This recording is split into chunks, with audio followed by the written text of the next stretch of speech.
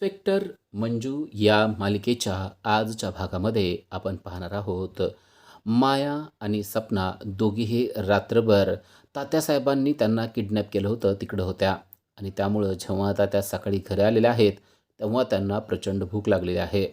सपनाने मायासाठी खास फळांचा नाश्ता आणलेला आहे आणि त्या फळं खात आहेत आणि फळं खाऊन त्या सोफ्यावर झोपलेल्या आहेत. खरं तर झोपेचं नाटक करून त्या पडलेल्याच असतात. इकडे सत्या आणि जयड्या आलेल्या असतात. त्यांना विचारायचं असतं की नक्की या कुठे गेलेल्या होत्या, कारण सत्याला शंका आलेली आहे. सकाळी एक गाडी सत्याच्या समोरून त्यांना सोडवून गेलेली आहे आणि मम्मी साहेब आपल्याला खोटं बोलतेत या गोष्टीची शंका सत्याला चांगलीच आलेली आहे. त्यातला व्यक्ती गाडी पळवत होता हे देखील सत्याच्या लक्षात आलेलं असतं. पण आता या तर हॉलमध्ये झोपलेल्या असतात. यांना जर का उठवलं तर त्या उठणार नाहीत, कारण त्या झोपेचं सोंग घेत आहेत हे सत्या आणि जयड्याला चांगलंच माहीत असतं. त्यामुळे आता त्या दोघांनी एक आयडिया केलेली असते. जयड्या म्हणतो, दादा मला असं वाटतंय मला ना एक काम करायचं होतं." सत्या म्हणतो, "काय बोल की." "बरोबर जरा बाहेर फिरायला जायचं होतं. म्हणलं होतं तिला आउटिंगला घेऊन जावं." इकडं सपनी तर घोरण्याचं नाटक करत असते. तिचे डोळे लगेच उघडतात. तिला कळतं की जयड्या आपल्याला बाहेर कुठेतरी घेऊन जाणार आहे. सत्या म्हणतो, "हां, असं आहे बघ. तुला जायचं होतं त्यांना घेऊन आणि मला मम्मी साहेबाला घेऊन मस्त वाटत होतं. त्यांना साड्या घेऊन द्याव्यात म्हणून घेऊन जायचं होतं. पण आता काय या दोघी झोपल्यात. एकतर त्या सकाळी मॉर्निंग वॉकला गेलेत त्यामुळं कंटाळल्या असतील. बरं आता त्यांना डिस्टर्ब करू नका. चल आपण दोघंच जाऊया बाहेर." असं म्हणून ते दोघं जेव्हा बाहेर चाललेले असतात तेव्हा सपना लगेच उठते आणि म्हणते, "ओ थांबा. कुठे चाललाय तुम्ही?" तेव्हा तो म्हणतो, "उठलीस पण होय तू? अगं तुलाच आउटिंगला घेऊन जायचं होतं." ती म्हणते, "हां, मग मला यायचं आहे तुमच्याबरोबर." तो म्हणतो, "अच्छा, माझं ऐकून आत्ता तुला जाग आली काय?" तर लगेच मम्मी साहेब देखील डोळे उघडून उठतात आणि म्हणतात, सत्या तू ते साडी घ्यायचं काहीतरी म्हणत होता ना?" सत्या म्हणतो, "अहो तुम्ही तर गाढ झोपला होतात ना?" मम्मी साहेब म्हणतात, म्हणजे गाढ नाही, असंच थोडं आपलं म्हणजे डोकला लागलेलं असं पडलो होतं नुसतं. झोप कुठली येते रे आम्हाला? असंच बसलो होतो नुसतं." सत्या म्हणतो, "होय का? मग सांगा की तुम्ही आज सकाळी कुठे गेलेला होतात?" आता सत्या आणि जयड्या यांनी मम्मी साहेब आणि सपना यांना बरोबर पकडलेलं आहे आणि सत्या विचारतोय, "सकाळी तुम्ही कुठे गेला होतात ती गोष्ट आता स्पष्टपणे आम्हाला सांगायची." जयड्या देखील सपनाला विचारतोय, "काय जे काय सांगतोय ना विचारतोय ते सगळं स्पष्ट सांगायचं. कुठं गेला होता ते सांगा. सकाळ सकाळ कुठे गेला होता?" तेव्हा सपनीच्या तोंडून निघतं, "सकाळी नाही आम्ही रात्रीच गेलो होतो." झालं. मग तर आता जयड्या भलताच चिडलेला आहे. जयड्या म्हणतो, "थांब तुझ्याकडे बघतोच." असं म्हणून त्याने चाबूकच आणलेला आहे. चाबूक बघून सपनीची बोबडीच वळली आहे. आता एक एक फटका पाठीवर बसला तर हा जयड्या आपलं चामडं सोलून काढणार या गोष्टीनं चांगलीच ती घाबरली आहे. आणि ते आता माया म्हणजेच मम्मी साहेबाकडे बघते आणि मला यातून वाचवा असं त्यांना खुणवते. मम्मी साहेब जयड्याला समजावून सांगण्याचा प्रयत्न करत आहेत. "अरे काय मारतो का काय, तिला जीव घेतो तिचा? आता सांगितलं ना तिनं." तो म्हणतो, "तुम्ही रात्री कुठं गेला होतात ते मला कळलं पाहिजे." सत्या देखील चिडतो आणि मम्मी साहेबांना म्हणतो, "तुम्ही आमच्यापासून लपवालपवी काहीसुद्धा करू नका. काहीतरी तुम्ही अडचणीत याल. स्पष्ट सांगा तुम्ही रात्री कुठे गेला होतात ते." तेव्हा सत्याचे वडील म्हणजेच पेंटर पाठीमागून येतात आणि मम्मी साहेबांची बाजू घेऊन ते बोलतात, "अरे रात्री ते मीटिंगला गेलेले होते."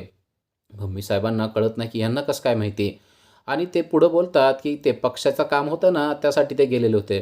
यांना आता या पक्षामध्ये राहायचं नाही आहे, हा पक्ष सोडायचा आहे. त्यामुळे दुसऱ्या पक्षाची मीटिंग होती ना ते तिकडे गेलेले होते. तेव्हा मम्मी साहेब म्हणतात, "हां, हां. होय, होय. बरोबर. हां, बघ पेंटर तुम्ही ना अगदी बरोबर बोललात. हां, करेक्ट. सध्या तुझ्या वडिलांकडून शिकलं पाहिजे तू पॉलिटिक्स कसं करायचं असते ते." अगदी बरोबर यांनी सांगितलंय. सत्या म्हणतो, "पण रात्री कोणत्या पक्षाची मीटिंग असते अशी?" तेव्हा मम्मी साहेब म्हणतात, "अरे म्हणजे कसं आहे ना रात्रीच्याच मीटिंगला जावं लागतंय, नाहीतर दिवसा बघतो ना पत्रकार कसे करतात ते. मग आता अचानक आम्ही पक्ष सोडणार आहे, पत्रकारांना कळलं तर ते प्रश्न विचारत बसणार. म्हणून आम्ही मीटिंग होती ना तिकडे गेलेलो होतो." सत्या म्हणतो, "मग गेला होता तर सांगून जायला काय प्रॉब्लेम आहे तुम्हाला?" ते म्हणते, "होय सांगून जायला पाहिजे होतं, पण ही मीटिंग कशी ना कॉन्फिडेन्शियल होती ना, म्हणजे अशी गुपित होती ना, त्यामुळं आम्ही तुला काय सांगितलं नाही. पण इथून पुढे जाताना तुला सांगून जातो बरं का, नक्की सांगून जातो." आणि सपना देखील म्हणते जयड्याला की "हां, तुम्हाला सांगितल्याशिवाय आता आम्ही कुठंच जाणार नाही." आणि अशा प्रकारे सत्या आणि जयड्याच्या तावडीतून बरोबर सपना आणि मम्मी साहेब सुटलेले असतात. इकडे मंजू तिच्या रूममध्ये बसलेली असते आणि तिला भलतंच वाईट वाटत असतं. ती हाताकडे बघत असते, कारण त्या हातातून रक्त घेतलेलं आहे आणि त्यामुळे तिचा हात तो दुखत आहे आणि सत्या आता तिच्याकडे आलेला असतो. तर ती सत्याला भांडत असते, "तुमच्यामुळं मला ही सुई टोचलेली आहे." तो म्हणतो, "अगं पण तुला सुई टोचूच दिलं नाही, तुला तर कळू पण दिलं नाही." ते म्हणते, "हो, मुद्दाम केलं ना तुम्ही? तुम्हाला काय वाटतं? सुई टोचलेलं काहीच होत नसते. मला भीती वाटते सुईची माहिती आहे ना." तो म्हणतो, हो तुम्ही तर इन्स्पेक्टर आहेत, आता काय कॉन्स्टेबल बी नाहीत, आणि सुईला काय भ्यायचं आहे? ती म्हणते, अच्छा थांब. असं करून ती त्याला चिमटा घेते आणि म्हणते, कसं वाटतंय आता? तो म्हणतो, दुखतंय. हां, म्हणजे तुम्हाला असं म्हणायचं आहे का, मी वाघ आहे तरी माझं दुखतंय? बरं थांबा, तुम्हाला असं वाटतंय ना सुई टोचल्यावर त्रास व्हायला पाहिजे, मीच आता सुई टोचून घेतो. असं म्हणून सत्या सुई शोधायला लागतो आणि त्याला सुई सापडते देखील. लगेच ती सुई स्वतःच्या हातामध्ये टोचायला लागतो. तेव्हा लगेच मंजू त्याच्याजवळ जाते, हातातली सुई घेते आणि म्हणते, आहा, अजिबात असलं काय करायचं नाही. तेव्हा सत्या तिला जवळ घेतो आणि म्हणतो, त्रास होतो ना मला त्रास झाल्यावर? ती म्हणते, हो अजिबात तुम्हाला त्रास झालेला मला चालणार नाही. तर इकडे मम्मी साहेब आता त्यांच्या रूममध्ये असतात. तेथे पेंटर आलेले आहेत आणि ते मम्मी साहेबाला सांगतायत, तुमचा जो काय हा नालायकपणा चाललेला आहे ना, तो बंद करायचा. अगोदरच गोष्टी किती हाताबाहेर गेल्या होत्या तुम्हाला आठवत आहे ना? तेव्हा सत्यावर किती मोठं संकट आलेलं होतं. आता सत्याच्या पाठीमागं कसलंही कट कारस्थान करायचं नाही, ही गोष्ट लक्षात ठेवा. आज मी सत्यापुढं तुमची बाजू घेतली कारण मला घरात भांडण नको होतं म्हणून. तुम्ही कुठं जाताय, काय करताय, ही गोष्ट जरा नीट लक्षात घ्या. सत्याला जर का या गोष्टी कळल्या तर काय काय होईल याचा विचार करा आणि सत्यावर कसलंही संकट आलं नाही पाहिजे याची काळजी घ्या. नाहीतर सत्या जर का निघून गेला ना, तर परत यायचा नाही. असं म्हणून पेंटर निघून गेलेले आहेत. पेंटर निघून गेले तरी देखील माया स्वतःच्याच मनाशी बोलते आणि म्हणते, सत्याला मी कुठं जाऊ देत नसते आणि गेला तरी त्याला कसं माघारी आणायचं ना ते चांगलं माहिती आहे. पण यावेळेस मंत्रिपद मात्र मी सुटू देणार नाही. आय एम सॉरी असं म्हणून त्या हसायला लागलेत आणि सत्या आता यावेळेस मला मंत्रिपद पाहिजेच असं त्या स्वतःच्या मनाशी बोलत आहेत. इकडे सत्या अजूनही मंजूची काळजी करत आहे आणि मंजूला म्हणतोय, आता तुला बरं वाटत असलं तरी अशक्तपणा अजूनही आलेला आहे. तर मंजू त्याला म्हणते, मला तुझ्याशी एका महत्त्वाच्या विषयावर बोलायचं आहे. तो म्हणतो, बोल ना. ती म्हणते, पूर्वा पूर्वा पाटील यांचं जे काय बिनसलं आहे ना ते मला कळत नाही. त्यांची आपल्याशी काय दुश्मनी आहे ते काय माझ्या लक्षात आलेलं नाही आहे. सत्या म्हणतो, ते मला देखील बघायचं आहे की त्यांची नक्की आपल्याशी दुश्मनी काय आहे ते. ते म्हणते, पण तिच्यापासून आपल्याला खूप सावध राहावं लागणार आहे. मला तर असं वाटतंय आता मानिनी जिवंत आहेत ना, तर आपण त्यांना पोलीस स्टेशनला नेऊया आणि त्यांचा जबाब घेऊया. सत्या म्हणतो, पण अजून त्यांना सगळं काही आठवत नाही. त्यांना जर का सगळं काय आठवत नसेल तर त्यांचा जबाब हा खरा धरला जाणार नाही. त्यामुळे आपल्याला आत्ताच काय करता येणार नाही. जोपर्यंत त्यांची मेमरी सगळी पूर्णपणे माघारी येत नाही, तोपर्यंत कोर्ट देखील त्यांचं म्हणणं कोणतंच ऐकून घेणार नाही किंवा त्यांनी सांगितलं तर ते अर्धवट असणार आहे. त्यामुळं त्यांची मेमरी माघारी येणं गरजेचं आहे आणि त्यासाठी आपल्याला काहीतरी करावं लागणार आहे. तर इकडे पोलीस स्टेशनमध्ये पूर्वा भारतीला बोलत आहे की सत्याच्या एवढ्या फाईल आहेत, तर सत्याला अजूनही तुम्ही जेलमध्ये कसा टाकला नाही? काय करतायत तुम्ही इथं? कशी कामं करतायत? असा ती भारतीला जबाब विचारते. तर भारती देखील सडेतोड उत्तर देत तिला म्हणते, अहो फायली भरपूर आहेत, पण सत्याच्या विरोधात म्हणजेच सत्या सुर्वेच्या विरोधात पुरावा कुठे आहे? त्यामुळं आम्ही त्यांचं काहीच करू शकलो नाही. भारतीनं बरोबर तिचं तोंड बंद केलेलं असतं.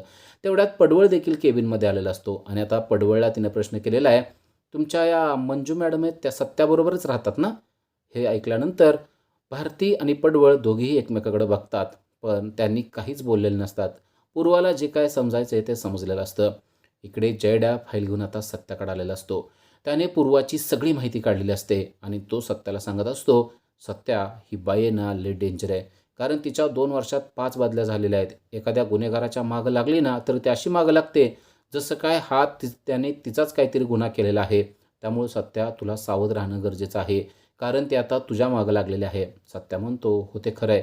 पण तिच्या घरच्यांविषयी काही कळलं का? जयड्या म्हणतो, ती गोष्ट काय कळली नाही. ती गोष्ट खूपच गुपित आहे. त्यामुळे मला त्यांच्याविषयी कळलंच नाही काय.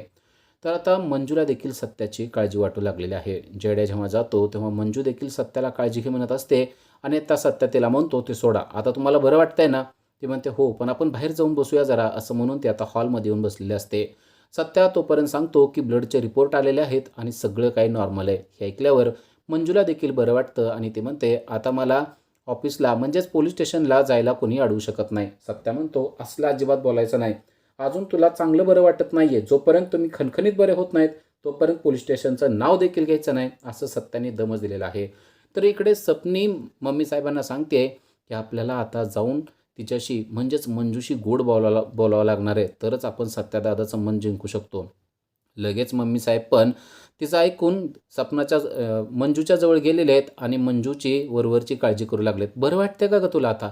कसा गं बाई तुझा चेहरा झालाय? आता काय कामं बिमं काय करू नको हां, नुसता आराम करायचा, शांतपणे खायचं, प्यायचं आणि झोपायचं बरं का, असं तिला बोलत असते.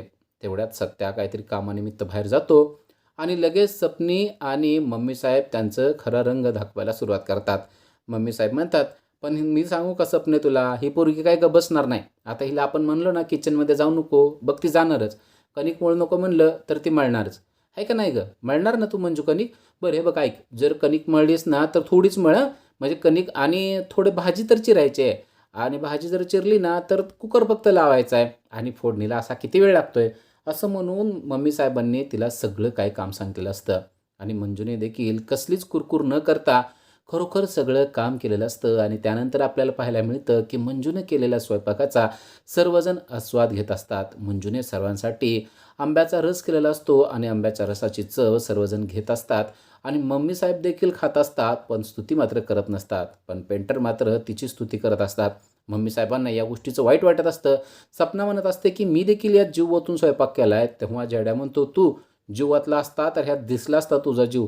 तू काय केलंस ते आम्हाला कळतंय. सगळा स्वयंपाक हा एकट्या मंजूने केलाय हे जयड्याने देखील सांगितलेलं असतं आणि हे आता सगळ्यांनाच पटलेलं असतं. त्यानंतर सगळ्यांचं जेवण झाल्यानंतर मम्मीसाहेब जेव्हा एकट्या बसलेल्या असतात, तेव्हा सत्या त्यांच्याजवळ गेलेला आहे आणि सत्याने डायरेक्ट त्यांना म्हणलं आहे, की "मम्मीसाहेब मला तुमच्याशी एका महत्त्वाच्या गोष्टीवर बोलायचं आहे." मम्मीसाहेब म्हणतात, "हां, बोल की." सत्या म्हणतो, "तुमचं जे काय चाललं आहे ना, ते माझ्या लक्षात आलेलं आहे." यावर मम्मीसाहेब घाबरून जातात, कारण त्यांनी किती खोटं बोललेलं आहेत हे त्यांनाच माहिती असतं. त्या म्हणतात, "अरे पण माझं काही चाललेलंच नाही, तर मी काय बोलतोयस तू तेच कळत नाही मला." त्यावर सत्या स्पष्टपणे सांगतो, की "तुम्ही माझ्या वडिलांशी जे काय आतमध्ये बोलत होतात, ते मी सगळं ऐकलेलं आहे." म्हणजेच पेंटरशी मम्मीसाहेब जे काय बोलत होत्या, ते सत्याने बाहेरून सगळं ऐकलेलं असतं. मम्मीसाहेब ह्या सकाळी म्हणजेच रात्री कुठेतरी बाहेर गेलेल्या होत्या आणि त्या खोटं बोलत आहेत हे सत्याच्या लक्षात आलेलं असतं. सत्या मम्मीसाहेबांना म्हणतो, "तुम्हाला असं वाटतं का मी या घरातून परत एकदा निघून जावं?" मम्मीसाहेब म्हणतात, "अरे सत्या असं कसं म्हणतो? मला असं का वाटेल?" तो म्हणतो, "मग माझ्या डोक्यावर हात ठेवा आणि खरं सांगा की तुम्ही कुठे गेलेला होतात. आता माझ्यापासून एकही गोष्ट लपवू नका." असं त्याने मम्मीसाहेबांना सांगितलेलं असतं. आता सत्याच्या डोक्यावर हात ठेवून मम्मीसाहेबांना देखील खोटं बोलता येत नसतं. मम्मीसाहेब तेव्हा सत्याला सांगतात, "हे बघ सत्या, तू काय राग मानून घेऊ नको, पण आम्ही गेलो नव्हतो. आम्हाला खरं तर उचलून नेलेलं होतं. आम्हाला खरं तर किडनॅप केलेलं होतं." सत्या म्हणतो, "मग हे तुम्ही मला सांगायचं ना, कुणी किडनॅप केलं होतं? नुसतं नाव सांगा, मग मी त्याचं काय करतोय बघा." मम्मीसाहेब सांगतात, "हे बघ ते महत्त्वाचं नाही आहे, पण आम्ही त्यातून सुखरूप कसं आलो आहे ते देखील तुला सांगते. आम्हाला तात्यासाहेबांनी किडनॅप करून नेलेलं होतं." हे ऐकल्यावर आता सत्याला भलताच राग आलेला आहे. सत्या म्हणतो, "अशीच काहीतरी मला शंका आलेली होती. पण ह्या गोष्टी तुम्ही सकाळी का सांगितल्या नाहीत?" तेव्हा मम्मीसाहेब म्हणतात, "अरे मी घाबरलेले होते. मला असं वाटलं की तू चिडशील माझ्यावर म्हणून मी सांगितलं नाही." सत्या म्हणतो, "पण त्यांनी सोडलं कसं काय तुम्हाला?" तेव्हा मम्मीसाहेबांनी सांगितले, की तात्यासाहेबांनी मला ऑफर दिलेली आहे. सत्या म्हणतो, "कसली ऑफर?" तेव्हा त्या म्हणतात, "मला मंत्रिपदाची ऑफर त्यांनी दिलेली आहे. मला ते त्यांच्या पक्षामध्ये घेणार आहेत आणि निवडून आल्यानंतर मला ते मंत्री करणार आहेत आणि मला मला मंत्रिपद देणार आहेत," असं त्यांनी सांगितलेलं आहे. सत्या म्हणतो, "बरं आणि या मोबदल्यात तुम्हाला काय करायचं आहे?" त्यावर त्या म्हणतात, "या मोबदल्यात मला मंजूला घरातून हाकलून द्यायचं आहे," असं त्यांनी सांगितलेलं आहे. हे ऐकल्यावर सत्याला खूपच राग आलेला आहे. तो म्हणतो, "मग तुम्ही काय केलं?" ती म्हणते, "मी त्याचं ऐकून घेतलंय, पण मला नाही वाटत मी त्याच्यासाठी काम करेल म्हणून." सत्या म्हणतो, "मम्मी साहेब तुम्हाला माझी शपथ आहे. आता मी जसं सांगतोय ना, तुम्ही तसं करायचं आहे." ती म्हणते, "अरे सत्या तू जसं सांगाल तसंच मी करते. त्यासाठी शपथ द्यायची काय गरज आहे? तू सांग फक्त मी काय करायचं ते." तेव्हा तो सांगतो, "आता तात्यासाहेबांना तुमच्यावर विश्वास वाटतोय ना, तर तुम्ही त्यांच्यासारखं वागायचं. पण करायचं मी सांगतोय ते." म्हणजे आता मम्मीसाहेब तात्यासाहेबाशी डबल गेम करणार आहेत. वरून तर त्या तात्यासाहेबांना असं दाखवणार, की त्या त्यांचं ऐकतायत, पण त्या खरं तर ऐकणार सत्याचं. आणि आता सत्या तात्यासाहेबांचं सगळं कांड मम्मीसाहेबांच्या बरोबर राहून कसं बाहेर काढतोय, ते आपल्याला पुढील काही भागामध्येच पाहता येणार आहे. अशा सिरियलच्या अपडेटसाठी आजच आमच्या चॅनलला सबस्क्राईब करा. थँक